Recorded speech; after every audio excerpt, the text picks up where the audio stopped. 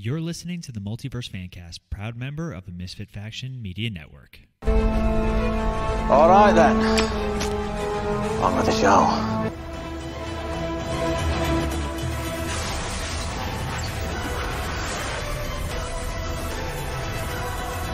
Hello, everyone, and welcome back to the Multiverse Fan Cast. Don't forget, you could take us on the go with Podbean, Stitcher, Apple Podcasts, or Spotify, or any other playing stations that you may have on any of your devices. You can also find our content on the misfitfaction.com, where you will get access to some of Rob's articles that he has written, photos of us, and all that good jazz. And with me tonight is Paul. Paul, how you doing? I'm good, Ronnie. How are you? I'm doing well, sir. Can't complain at all. And we also have with us Rob. Rob, how are you? Woo! I'm doing pretty good. I'm excited to talk about this. Are you? Oh my gosh, yes. I think I got enough energy for all of us. Well, we are going to be talking about Eternal. So we just literally fresh out of the movie theater about, what, an hour ago, if that? We all still have the stink of stale popcorn on our feet. And it tasted delicious. Not the stale ones, though. But yeah, Nor so our feet. We will be talking about Eternals today. We're going to get things kicked off. We're going to do a little non-spoiler section for those that maybe have not seen the movie yet and are kind of debating on if they want to see it or not. So we're going to go a little spoiler section after our little commercial break. But first, Good plan. let's kick it off and do some non-spoilers. So let's go initial reaction, Rob. Ooh, you're going with me first? Yes, sir. All right. Starting off strong, going weaker and weaker. This was okay. Well, first of all, I've been paying attention to Rotten Tomatoes, and Rotten Tomatoes, as of this moment, says it's at 48%. Woof. Mm-hmm. I do not think that's deserved, but I do at the same time. This is a tough movie. I felt like it was. Now, don't get me wrong. I loved it, and I didn't love it at the same time. So please understand that. It was. I would rather have 5 movies like this than one more movie like Black Widow. Like, at least with this movie, for me, it was so far different than anything else that Marvel has produced. Now, I think for some people, and I think that includes the people in this room, that different is going to be an issue. Because I get the sense from everyone here that they didn't really like it as much as I did. I found it to be thoughtful, meditative. I think it's exactly the movie they intended to make. It is not a crowd pleaser, though. It is something that there are times where I found myself being very bored, but in that boredom, I also found myself thinking and being contemplative. So it almost seemed like a blockbuster art house film. So I have a lot of mixed feelings, and I can tell you I'm going to spend weeks unpacking this in my brain. So it's there's a lot of material here to think about. All right. Paul? It was okay. No, this was a movie that I was interested in seeing and looking forward to, and a movie that I had a lot of questions about going into. I was not exceptionally familiar with the Eternals and the Deviants and the Celestials. I know a fair amount about them, but for me, they were never, the comic book that I went to, even though they are Jack Kirby, and I do really like Jack Kirby, and obviously he's a comic book legend in his own right. But watching this movie, similar thoughts. There were times where I was a little bored. It was very a lot of exposition. Yes. A lot of exposition. And not even exposition to a character that needed the exposition. They were talking to each other for a lot of that exposition. Mm-hmm. Like, there's no spoiler in this, but Kit Harington's in this movie. And he's like a normal dude who gets thrown into this world, and then he disappears. We don't have it. He was supposed to, I thought he was going to be the audience surrogate. Like, we have to explain these things to him. Right. But there was no audience surrogate. And it was a lot, even like, they introduced another male character, and he's like, oh, I've known about these things for 50 years. But, oh, well, why are we explaining ourselves to each other? It's a little strange. I think visually it was fantastic. The visual effects were really good. There was some great cinematography in it, some great direction. A lot of, again, though, it had a lot of exposition and then a lot of not explaining what just happened, especially at the end. The ending is a little wonky for me. I thought the cast knocked it out of the park. There were some great. It wasn't the typical quip every couple of minutes Marvel movie. I was watching that while we were watching it because I knew you were going to make some comment about that because it wasn't. Yeah, there were very few quips. The quips that they did make did land for the most part. Yes. I'm not going to be able... I'm going to mispronounce his name so bad. I'm so sorry to him. Nanjiani. Nanjiani.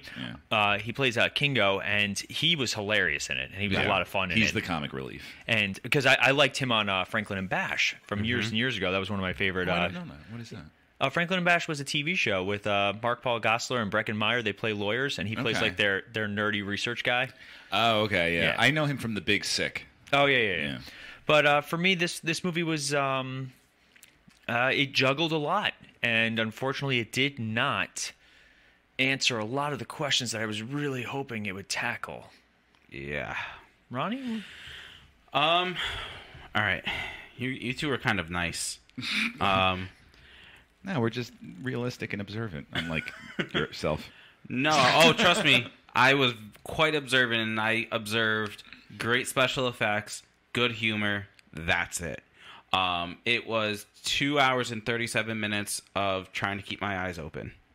Because, I mean, again, with the exposition, do we really need an hour of them getting together? Do we need to see them go back in time and defeat Deviants in every era? No, you don't need that. It's just one of those movies that I'm never going to watch again. I would probably forget most of the movie, to be honest with you. Yeah, it was just a hard movie to watch. I was just sitting there waiting for all the quips, basically. The quips never came. The quips never came. Would you say that this is a bad movie or a movie that just wasn't made for you? I think it was a bad movie. Okay. Because I love movies of all genre and everything, and I don't know. To me, I'm sitting there going, "What's going on? Why is this happening?" And then they explain things that don't need to be explained over and over again, and then they don't explain things that need to be. You know. Also, I think that this movie definitely suffers from a severe lack of connection to the Marvel Universe. Mm-hmm. It's really not like it. It feels there is a scene. It's in one of the trailers, so this isn't spoiling. Where they talk about the Avengers and who would lead the Avengers. Right. It feels like that was tacked on afterwards. Like that was a reshoot scene almost. This movie feels so exceptionally displaced, and the trailers made it seem like the blip and Thanos snap were going to play a key factor in this, and they basically had nothing to do with it. I had a feeling they were going to do that because my thought is if they didn't do those things in the commercials, then the people of the Marvel fans wouldn't come out to see it. Marvel fans are going to go see it. Marvel fans will see anything. Marvel fans saw Inhumans, and unfortunately, this movie gave me massive Inhuman vibes because it's a similar type I can see setup. that. You know, the Inhumans and the Eternals are similar in origin and kind of lifestyle and the very we don't interfere type mentality. So I was watching this movie, and even like the costumes, I'm sitting there watching like, it's giving me that a little inhuman. And for those of you guys, I'm pretty sure we did an episode where we talked about it. We've never done one on Inhumans because I don't know how many people in here have actually seen the whole show. I've seen the whole show, but I don't think I could revisit the show for anything. Yeah. So unfortunately, sitting in the theater, that's the vibe I got, and I was like, I don't like it. This would have been better as a Disney Plus TV show. Ooh, I want to hear your reasoning, but I'm going to disagree with you anyway. Go. I think if you want to tell 17,000 backstories, and millennia of backstories, you could have easily broken it down into 20-30 minute clips on Disney Plus, and you could have just had it then, and then you give them a movie. But don't you think that would have made it even more boring to flesh them out that much? No, because I think that's where you start, and then you create a movie off of the success of if it was a Disney Plus TV show. I think that would have been the better way to go, because again, you have 10 superheroes you have to introduce, backstories and of everything, and it took half to 2/3 of the movie to do that. You know, I don't know. See, I agree and disagree with you at the same time. I agree with you in the sense that yes, that it really did spend a lot of time going into backstories and telling character arcs and things like that. However, I want to argue that was the film's strength, because so many times in Marvel movies, you know, for as much as I love the Marvel movies, there are so many characters that are given just one small character arc or one small, you know, character trait, and it's like, oh, they're the one that does this. Whereas with this, I really felt like these were 10 very fleshed out characters that had full stories to them, and I deeply cared about all of them too. Like there was, like, you know, when things happened to them, I worried about them, and I was sad and with them and happy with them at times, and it wasn't just like, oh, they died, well, all right, I guess, you know, that's over now. Like, so I felt like the character arcs were their strengths. Paul? I feel like we didn't see all, like, by the end of the movie you kind of get where each character is, and they all have a different reason for doing what they do. Right. They do take a little bit of risk with it, and again, without spoiling anything, because we're still in the non-spoiler section, there's one scene that I do want to talk about where one of the characters basically loses all faith in humanity, and then we get to see that faith restored at some point.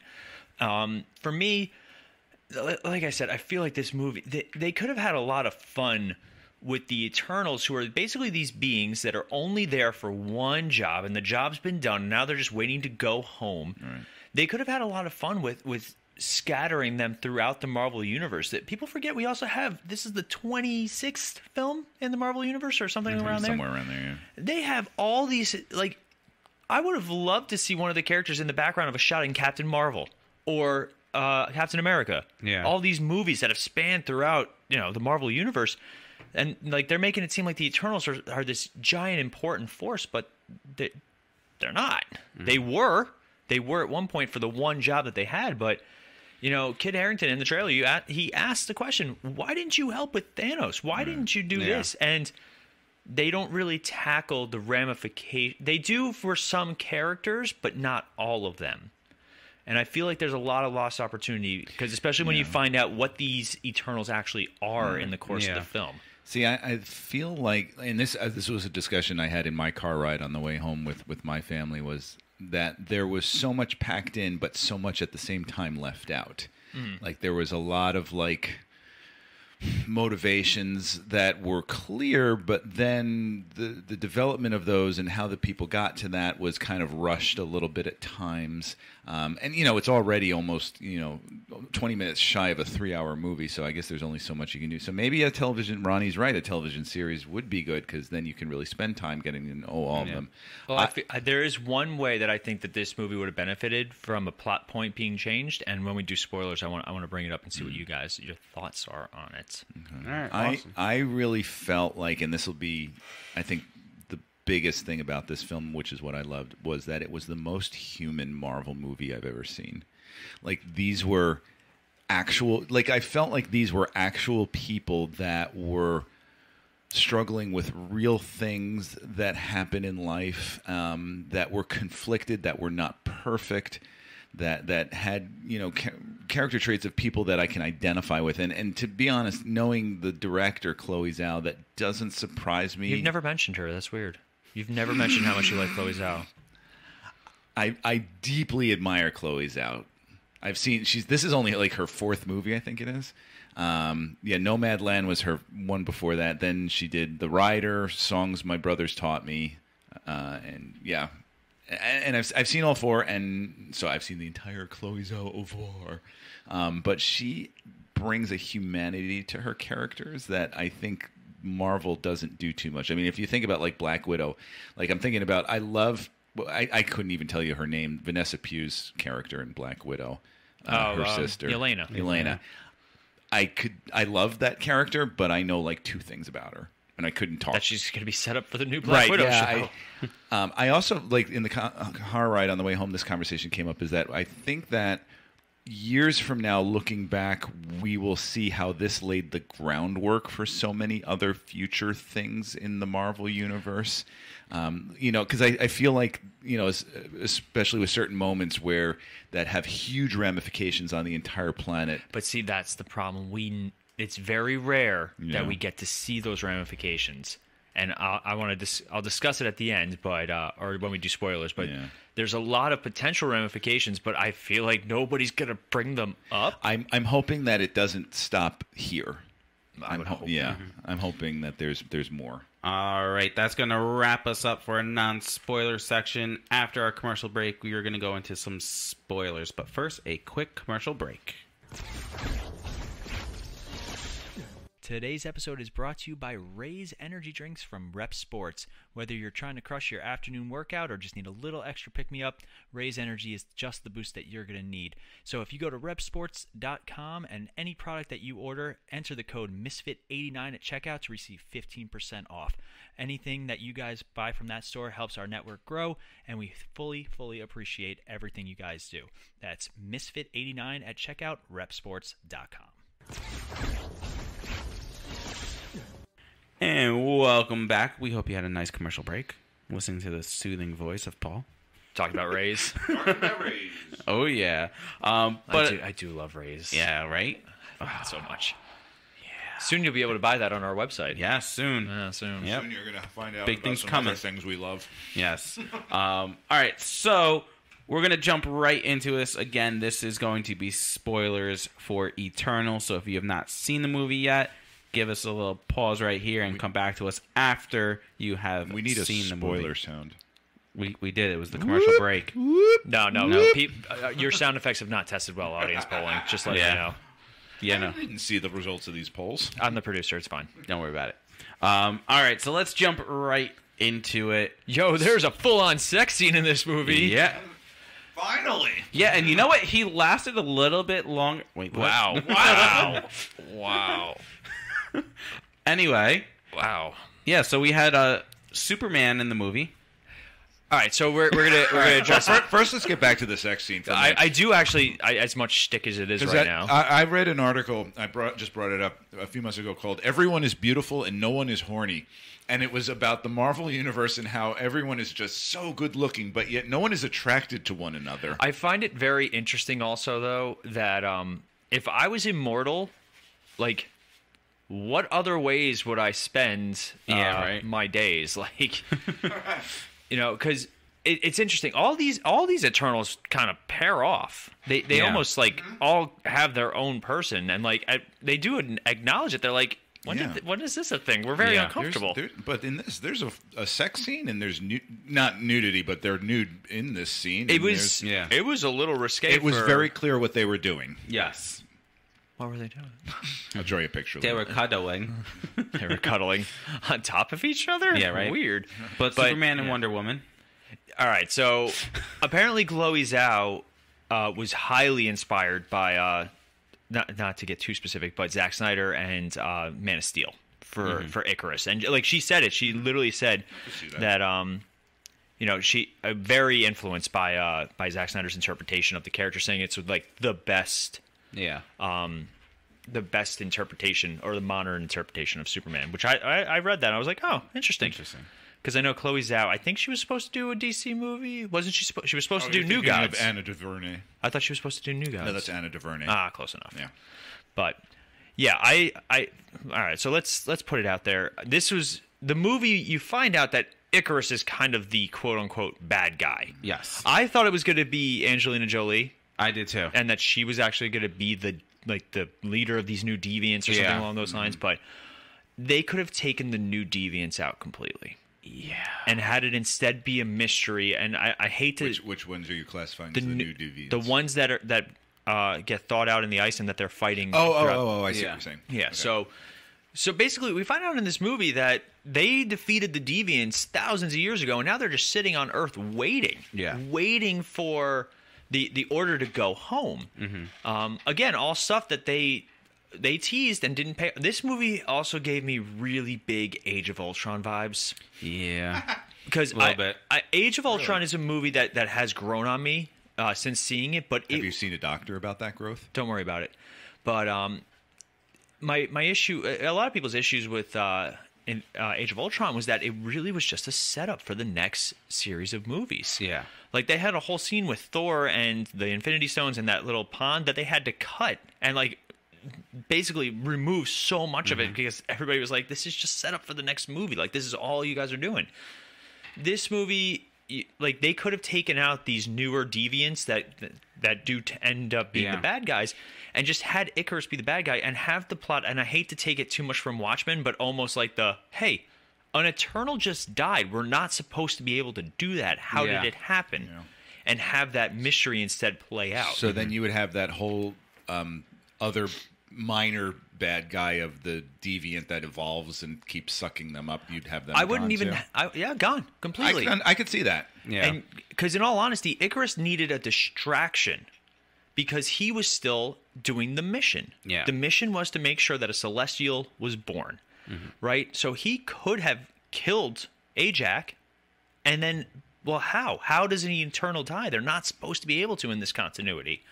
So that, for me, I feel like that would have been a better option, and then have it go that way. I would keep the Deviants because I could see them getting cut out. Yes, because I have to say that second tier bad guy I didn't quite really fully understand. I mean, I think there had to be something where it was slowly killing off because the secondary bad guy introduced stakes where you clearly saw that Eternals could die and get absorbed. If you can tell me the name of that character, no, I couldn't. Yeah. It's Crow. An actual name from an actual character, Kro. Yeah, it was generic for me, to be honest. And that Skarsgård. I was gonna say, is that where Skarsgård was? Yeah. I saw his name in the credits, and I'm like, wait a minute. All 9 lines that he has. Yeah. If they wanted to do that, they should have made him a former Eternal. And he became a deviant when he rebelled. All right, yeah, that works. Okay. That would have added stakes. He was Malekith. Yeah. He was bad because bad is better. And that's my problem. Yeah. And for Marvel, who's been on a real big upswing of villains with how good their villains are, you've got the Vulture, you've had Loki, obviously, you've had other villains, Thanos himself, who is the Eternal / Deviant. It's never been really that clear. But I guess I can't. I'm sorry. Go ahead. No. I feel like if you're going to introduce they went backwards with their villains in this. It felt a little bit like a plot device. 1,000%. Yeah. Just for him to get taken out that easily, like he was taking laser blasts from what's his face and like from Icarus, and Icarus went toe to toe with every single Eternal. So, but then Athena's like, "I got this. Don't worry." Well, I think it's one of those kind of things where, because it can regenerate and heal itself, but when you cut it into 38 pieces, it can't, because now the brain is severed from the rest of the body. I'm not. It's not a matter of him not being able to heal himself. No. Yeah. It's the fact that he went out like a chump and he had no character. Like they literally said the Eternals were designed so that they could not evolve. Yeah. They couldn't evolve because that way they couldn't lose the mission. The Deviants got dangerous because they started evolving. So we get this great example of a deviant that's heading to this new sentience, basically a new life form and an intelligent deviant, and then gone. Yeah. Done. And then another plot point that they never explain is she's just suddenly able to do all these things. Who's she? Cersei? Cersei? Yeah, they never explain it. They don't I just knew I can do it. Well, even she doesn't understand why she can do it. I think it's because she's got the lump in their throat. The lump in her throat. Gold lump. I can argue that for the first golden one. snitch. For the first one, but then when the golden snitch. That's fine. Swallowed a snitch. You can argue that for the first time she does it, Yeah. when she turns the deviant into a tree, basically. Yeah. And then they have to use the Unimind, but like in all honesty, I feel like there were a lot of questions that they just never answered. Yeah. And it's just frustrating. No, I agree. My head spun a few times, I will say. Like, I think it was the moment when they started showing other Celestials being born and how that happened. I'm like, my head is exploding right now. Which, don't get me wrong, there was so much there. Visually, it was fantastic. Yeah. And Yes. it was the better way to do the exposition. See, that worked because it was Hiroshima. That's the name of the Yes, Celestial. Hiroshima the judge. Hiroshima was explaining what the actual mission was because the person who was supposed to carry out the mission is now dead. Yeah. He didn't have any questions about that. He did Yeah, not right? at one point go, oh God. Why she died? How? What? Explain. Again. Who, Arishem? Hiroshima. Yeah. He created these Eternals. Right. Well, and the Deviants were gone from Earth. He didn't have a single question. Well, you know what? I wonder if because of the lump in their throats. I have no idea what the heck the thing is called. Right, the Airsham ball. Worse, way worse, way worse. But anyway, I wonder if like it kind of can read the person's mind, so he knew that Ajax was going to flip on him, and I wonder if he was able to communicate with Icarus and say, hey, you know, she's trying to turn, she's got to go, we got to complete this mission. It's Again, possible. Where's that explanation? We never get it. Exactly. Instead, we get McGuffins and... What McGuffin?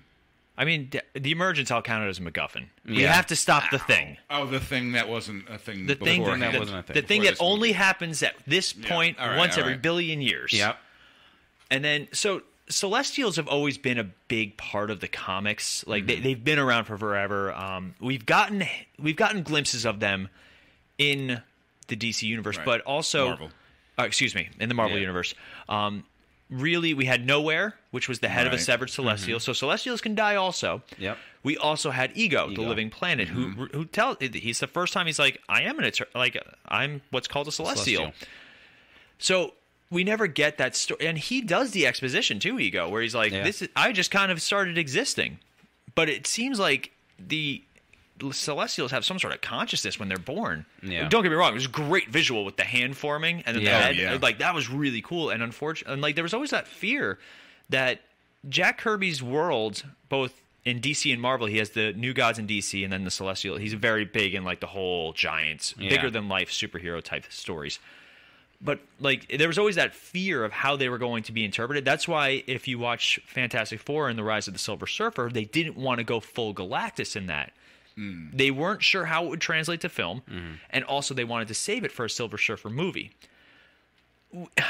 It really frustrates me that with all of this Celestial talk, we did not even get mention of Galactus, Yeah. the Silver Surfer. I did get galactic vibes though from that moment when, and near the end, when he sucked them out into space and told them you'll be judged. Like I'm like, oh, this is what it would look like if Galactus. And attacked. it looked fantastic.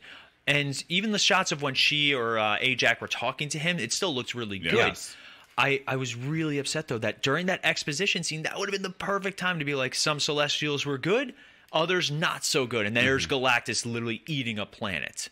Like, we could have had a lot of fun with that. Again, this movie feels so detached from the Marvel Universe that they... It is, and I would say too that like if anyone wants an entrance point, isn't a Marvel fan, this is not a bad entrance point. Like this is something agreed. that is completely. It's so detached. It's its own story. Like what's neat is that there are clear stakes in this, and that these Eternals die. We lose a couple. I don't want to spoil all of it, but there's a couple of Eternals do die, and we get the sense that they can die, and so when they're fighting, we really feel like there's real stakes here. That it's not just unstoppable force meeting a movable object. That it's like, oh my gosh, this something bad could happen to this person, and so I ended up caring for them a little bit more and worried about them when things happen. Yeah. I don't know. You were about to say something over there. I was just going to let you go. I don't know. Like I said, I feel like the modern Marvel movies are also really struggling with a severe lack of the Avengers, because it's almost like a shtick at this point. It's almost like like the running joke. And I'm sure they have a plan for the Avengers. They have their new Avengers that are going to be formed. Whether they're led by Captain Marvel or the new Captain America has yet to be seen. But in all honesty, they're making the stakes bigger in the Marvel Universe, quite literally, with giant, colossal celestial beings. But there's no there's such a severe lack of the Avengers that it almost, like, every time I watch these movies, I'm like, I feel like something's missing. Yeah. Where's the reaction from Sam Wilson and Bucky Barnes right now? Like, just looking out their window on top of the boat going, oh, what's that? That's a weird cloud. Don't worry, you'll get it when the Captain sure, America movie comes out.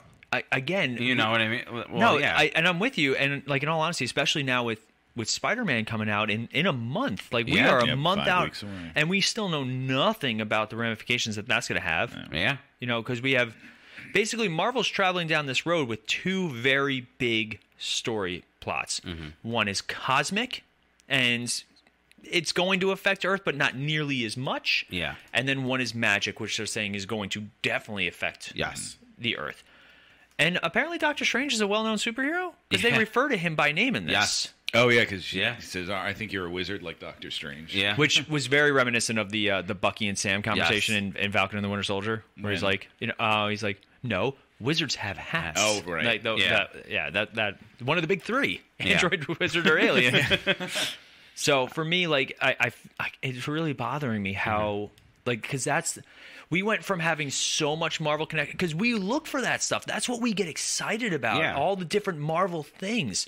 You know, imagine if one of the Eternals was there when the arc reactor was created by Tony Stark, like helping him with that. Because in all honesty, like it. You mean Fastos? Yeah, Fastos. What do you mean? What I mean? I meant you said what Oh, if like one of just the give Eternals me- was there? Yeah, that's who I would. That's who it would probably be. Yeah. But for me, like, and then what was the one who ran really fast? Who visually was fantastic? Makari. She was just sitting on the ship. Is Yeah, that right. what she was doing the whole time? For the past Yeah, 5,000 I love years. that. I'm sorry, the English teacher in me geeked out when he called her Miss Havisham. You're I don't know if from Charles Dickens' Great Expectations. She's just this like reclusive woman that's lived in her house forever. And there's also no stakes for the Eternals at the end of this movie. It's not like we have to announce ourselves to the world. We're here to help.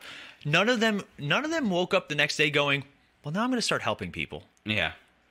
See, to me though, I liked that, the fact that there wasn't because that's to me more human this way than saying like, oh, you know, having a screenwriter tack on now we're going to have them be this way. You know, the fact that you had, you know, Thena, who still struggles on a daily basis with her Alzheimer's like existence, and you know, Druig, who still, you know, is going to struggle with his wanting to just control everyone's minds and make them good. Like, you know, real people don't have, you know, typical conclusions at the end of their day. They're continue throughout, and that's what made these people so great for me, and because it was so realistic. So I was watching Civil War was on the other day, Captain America: Civil War, and one of the greatest scenes, not only as a moviegoer when we first saw it in the theaters, but also still holds up, is the scene where Peter Parker's first introduced. It feels so long ago now that you know, but Tony asks him why he's doing what he's doing, and Peter says, you know, when you can do the things that I can do, and then the bad things happen, that's because of you, right? It's basically there's great power with great responsibility speech. Fun fact for those of you guys that didn't know, Uncle Ben didn't say that in the original comic. Peter says it at the very end. So, and now it's become so synonymous with Uncle Ben that a lot of people forget that. But for me, I watched this movie. At the end of the movie, a lot of them get their happy endings. You know, you have the three that go out into space to go find the rest of the Eternals and try and basically tell them the truth. Yeah. You've got Sprite becoming human and now living a human life. Right. We don't know if Sprite still has her powers or not. We assume she doesn't. We do assume. Yeah. But and the rest just kind of are like, all right, well, we're doing our things, you know? Like we got Cersei, Fastos, Kingo, and Sprite all remain on Earth. Yep. And he's, you know, who gets taken? But then they get it's Fastos, Kingo, and Cersei are all dragged into space. Now, are they in there? I didn't understand this at the end. Are they still in space? I feel like he took them somewhere. Yeah. Okay. Yeah, I wasn't sure either. Yeah. Yeah, because he does say, you know, your memories will judge humanity. So he's displeased with their treason, but he elects to spare them if their memories show that they are worthy of living. Yeah. And he vows to return for judgment before he disappears into a singularity, taking them with him. Yeah. Right. I'm reading the plot as we go. But for me, like, there could have been a moment where it was like, hey, we gave up everything to save this planet, but, you know, they do tackle it. And so this was the scene that I wanted to talk about. It's the scene where we flash back to Hiroshima. Mm-hmm. Yeah. And Fastos is literally in the debris of the nuclear bomb, and he's just ruined because he's like, he feels responsible. I helped do this. That was one of the scenes I was like, okay, all right, Marvel, tackling this. Tackle it, yes. Yeah. Talk about how you've had these omni-powerful beings who are now developing emotion and empathy for their charges, basically, and then it's gone. Yeah. And then we never talk about it again. We get a couple of lines with him. I fixed my bike. My kid's bike now. Yeah, right. But I feel like they could have had way more philosophical musings about the fact that they've been on Earth for thousands and thousands of years and they haven't done shit. Yeah. And it's not until... But that's what the story is, I feel, is that they want to, like, some of them want to, and that's what I feel like the entire plot hinges upon. But none of them do. And that's what bothers me. Mm-hmm. But they want to, well, because you see, like, what's his name, Druig, who does control all those people. He has a cult, right? And he tried, in an attempt to make everyone happy. And we know, then when we see it, we're like, oh, that's not what happiness is. You have to stand back and let people make mistakes. but he doesn't learn that lesson. I feel like he does by the end, though. How? By going out and not staying on Earth and controlling people and going out to the planets and trying to find other Eternals and warning them. I feel like that doesn't explain anything. No. You're an English teacher. Was that written in a way this week? Yeah. Was that written in a proper way then? I don't think it was. It was not conveyed to me. At no point did he suddenly step back and be like, maybe instead of trying to control people, I should be inspiring them. A simple line like that. Yeah. But I think that's too pat, and that's not how people work. But that should be how character development works. In, like, poorly constructed movies that are written by committee. I just feel like there's not enough closure or character growth for a lot of these characters, with the exception of maybe Icarus, who decides, I'm going to go back on my duty. I think it would have been better if Icarus hadn't turned around and helped them at the end. And they were forced to kill him. Yeah. Stakes. Character growth. Speaking of character growth, Hit we're me. gonna keep rolling on here. All right, host. Who is your favorite character in the movie? That's a tough one. Right? What? Favorite character in the movie. Who wants to go first? You threw us on the spot like that. Yeah, I did. We were having philosophical musings. I know, and I'm trying to get things moving and grooving. I will say Kingo was my Kingo? favorite. Yeah. I love Kamal Najani. He got shredded for the film. Like, that was a big talking point for a lot of people. Unfortunately, he didn't have a no shirt scene. There was no gratuitous Marvel shirtless scene. And except for the sex scene. Except for the sex scene. Oh, yeah, that's fair. That's fair. And that was both of them. That took over for it. I will. I mean, I could see Kumail popping out at the top of his shirt. He was, Yeah. and he's got such a chiseled face Yeah. now. Like, he looks great, and I really, and he's only done better with it too. So All right, so Paul Kingo. So Kingo. All right, answer me this question. And this isn't a baiting question. I really actually don't know the answer to this. Where did Kingo go for the end? he just left. And just hang out. And he went back to Bollywood. Went back. He took his friend home. So I don't understand then why he was so like welcomed at the end there by Cersei, because he like kind of copped out. He at was the end. Switzerland. He basically was said, neutral. He literally said, he's like, I have my ideals, but I'm not going to fight you for them. Right, I remember that one. And he it's like Ronnie said, he stayed neutral. He's like, I agree with Icarus, but I'm not going to fight you for it. I just felt like he disappeared. Like, I know that was purposeful, but I felt like he just disappeared. He just chose not to Yeah. fight. Rob, who was your favorite? Favorite actor or favorite character? Favorite character. Every DC character mentioned. There was a lot.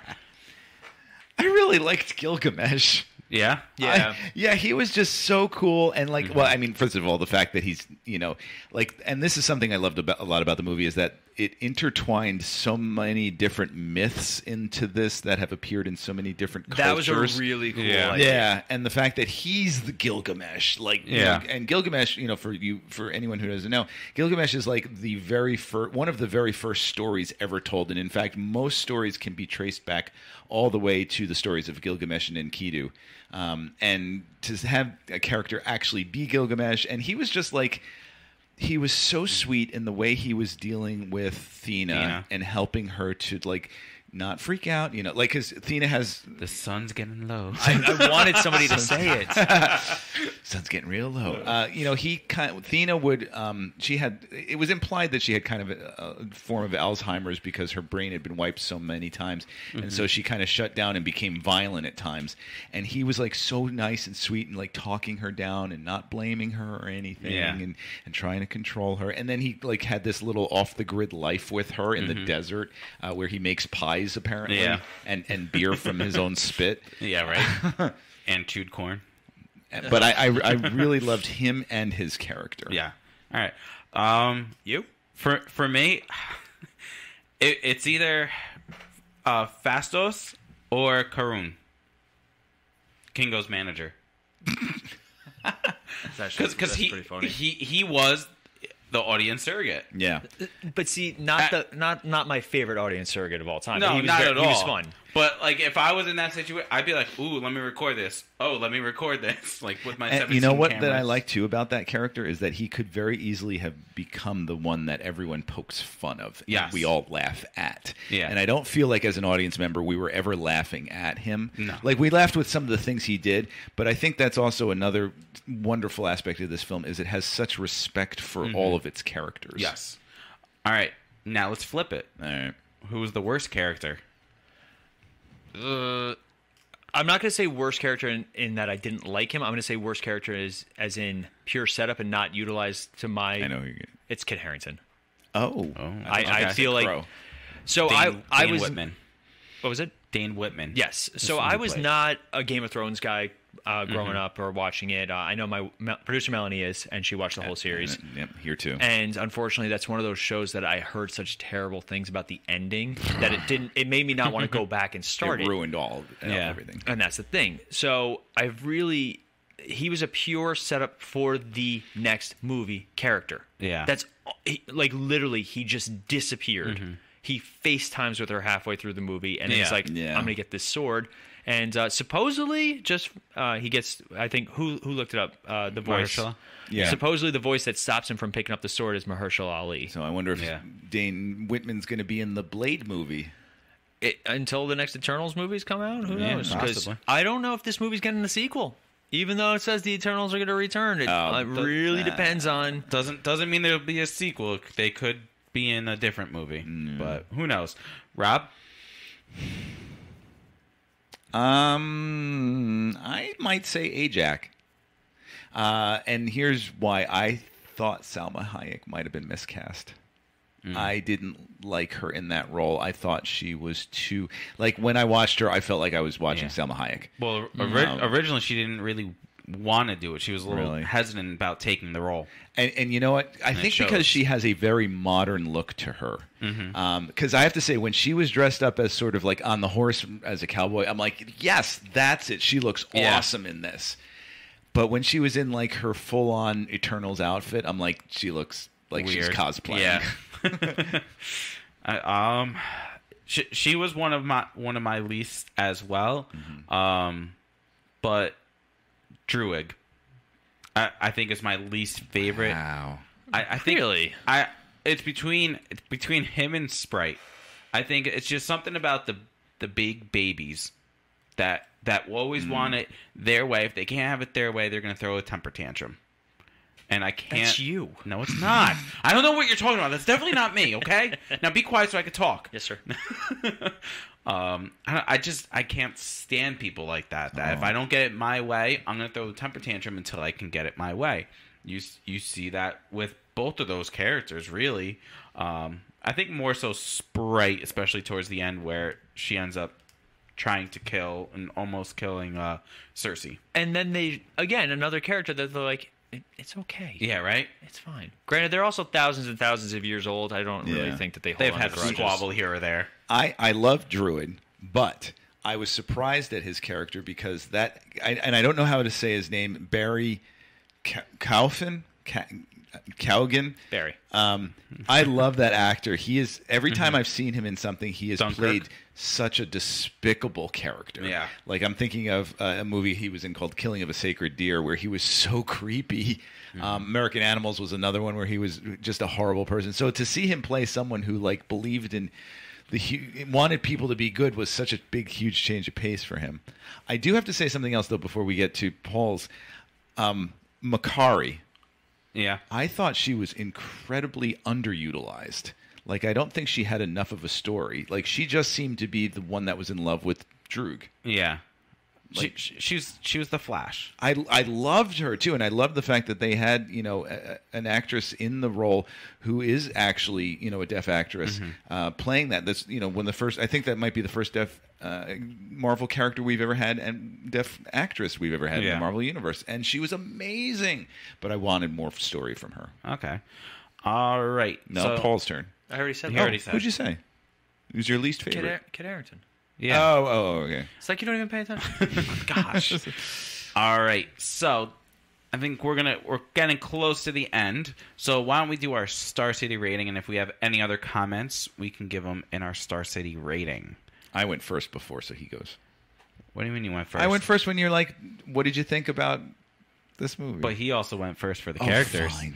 I'll He's do looking it. at me. I don't really Okay. care. I mean, like, I'm going to give it a 2.5.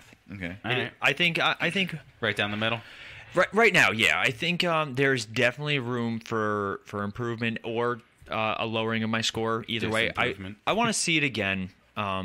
Unfortunately, like as much fun as you guys make fun of Zack Snyder's Justice League and I defend it, it has that same feeling where I'm like, there's some really great scenes, but I don't ever want to watch the movie in its entirety again. Like, the ending battle scene is fantastic with all of them fighting against Icarus and then Sprite. Like, I thought that was a really cool... When she's doing the super speed thing on him and just, like, wrecking his house, I really enjoyed it. It was really good. So, I feel like this movie can get better, can get worse. I need to marinate on it. Like, literally, we just left the theater an hour and a half ago. Yeah. So... I think given some time, but right now I think if it's going to go anywhere, it might go down to a 2. But right now, 2.5, it hits a lot of the checkpoints. It's different, but it's also so displaced from the Marvel Universe. So, like, there's the good and the bad are almost like neck and neck with it. Rob? All right. Let me tell you why first, then I'll give you my rating. Anything higher It's than funny, 3, too, he's because leaving. I immediately think of Justice League with this film, too. Because, again, this is one of those movies where I admire it a lot. But in terms of wanting to rewatch it again, I don't know. I don't know if I could because it's so. Oh gosh, it's slow. It's very slow, which I think is a good thing. But it's like, do I want to spend another 2 hours and 37 minutes just pondering? There are some great things. Like, it is the most beautiful of all of the movies in the Marvel Universe I've seen because Chloe Zhao uses natural lighting, and so just gorgeous landscapes and beautiful, and the fights, that village fight with the Deviants where there were some like long one takes was fantastic. Like, it was so nice to see a fight scene that wasn't edited into obscurity like so many of the Marvel fight scenes are. I thought it was really awesome seeing 10 different individual stories being woven together into this large tapestry. I never knew what was going to happen 1 minute to the next because I wasn't sure, who we were going to focus on next and where the story was going to go and how someone was going to change. I deeply cared about all these people. So I'm going to give it 3 stars for now. I feel like that will go up in time because I think this will show that it had a bigger importance in the Marvel Universe than we're giving it right now. And I think we'll also come to understand things a lot more so in time. But it's I got to let it marinate. Okay. Well... Hey, strap in, kids. Did you actually say what your number was? Yeah, I said You said 3. 3. It's know, like just you're busting never your listening chops. to me. I give this movie a 2. That's higher than I thought you were going to give it. No, see, I don't think it can go lower than a 2. Again, What did you give Thor: The Dark World? Do you think I remember that? The only reason I asked is because this movie now has the lowest Rotten Tomatoes score. Yeah. And to say it's worse than to say it's the worst movie in the Marvel Universe, I don't think is fair. It's the most interesting, different Marvel movie. Yeah. According to you. But Ronnie? So anyway, back to my score. I know you ever would have met. I give this a 2. We've all hit on the points and everything. The thing that doesn't make it lower, because like you said, you were shocked that I gave it that high, is I thought the acting was really Groot. Really good. I almost said really great. I am Groot. I am Groot. No, I thought it was really good acting, especially by what's the guy? Brian Tyree Henry.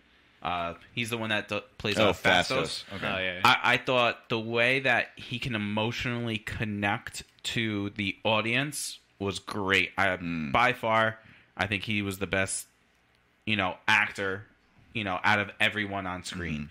And again, visuals were really good. Some of the best we've seen, I feel like, in the MCU.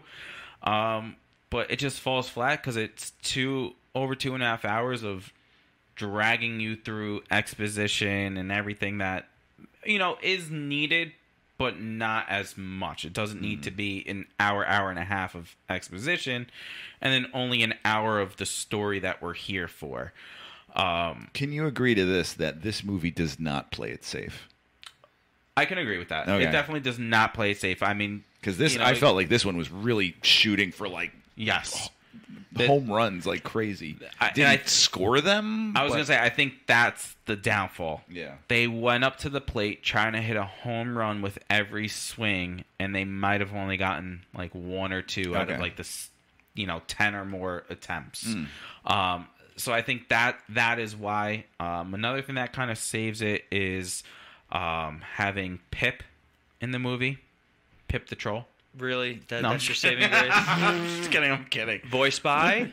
Patton Oswalt. Well done. Was it? I couldn't tell if it was Patton Oswalt or Seth Rogen. Yeah. That's what Melanie said, too, while we were watching it. But no, that was a joke. That definitely did not. I save don't the understand movie that. any Yeah, there's a post-credits sequence where we have Pip the Troll. Does anyone know anything about Pip the Troll? I know Star Fox, and I know that he is associated with Star Fox, but I don't know anything about Pip. What do you know about Star Fox? Brother of Thanos, another Eternal, good guy, more so. His abilities are he affects people's emotions. He's not reading this. He's actually pulling this from his brain. I got fan feedback Friday ready to go, so I didn't want to touch anything. Okay. But that's from memory, so played by Harry Styles. Yeah, which is I didn't know Harry Styles was an actor. Yeah. Yeah, so I think that's going to wrap us up for our discussion on Eternals. But before we go, we do have our Fan Feedback Friday. All right, this week, if you could spend a holiday with any superhero or superhero team, who and where? Definitely not the Eternals. I know, right? Yeah, if you want to have a 3-hour melancholy party, yeah. All right, so I'm not going to say from my comic book class each time. Just That's fine. All right, we got Flash, so we can travel me back in time to see the universe or to make everyday Christmas. Rise of the Guardians with Santa. That's funny. Deep cut. Deadpool, baby. That's uncomfortable. Doctor Strange, the coolest, and he will reveal trippy things to you. So will mushrooms, kids. Don't do drugs. Don't do drugs. Don't do drugs. Let's see. DC Legends. Legends of Tomorrow, but in ancient Japan because we want to see Mick Rory with a samurai sword. That was very specific from that person. Tony Stark, he can provide all the good things that money can buy.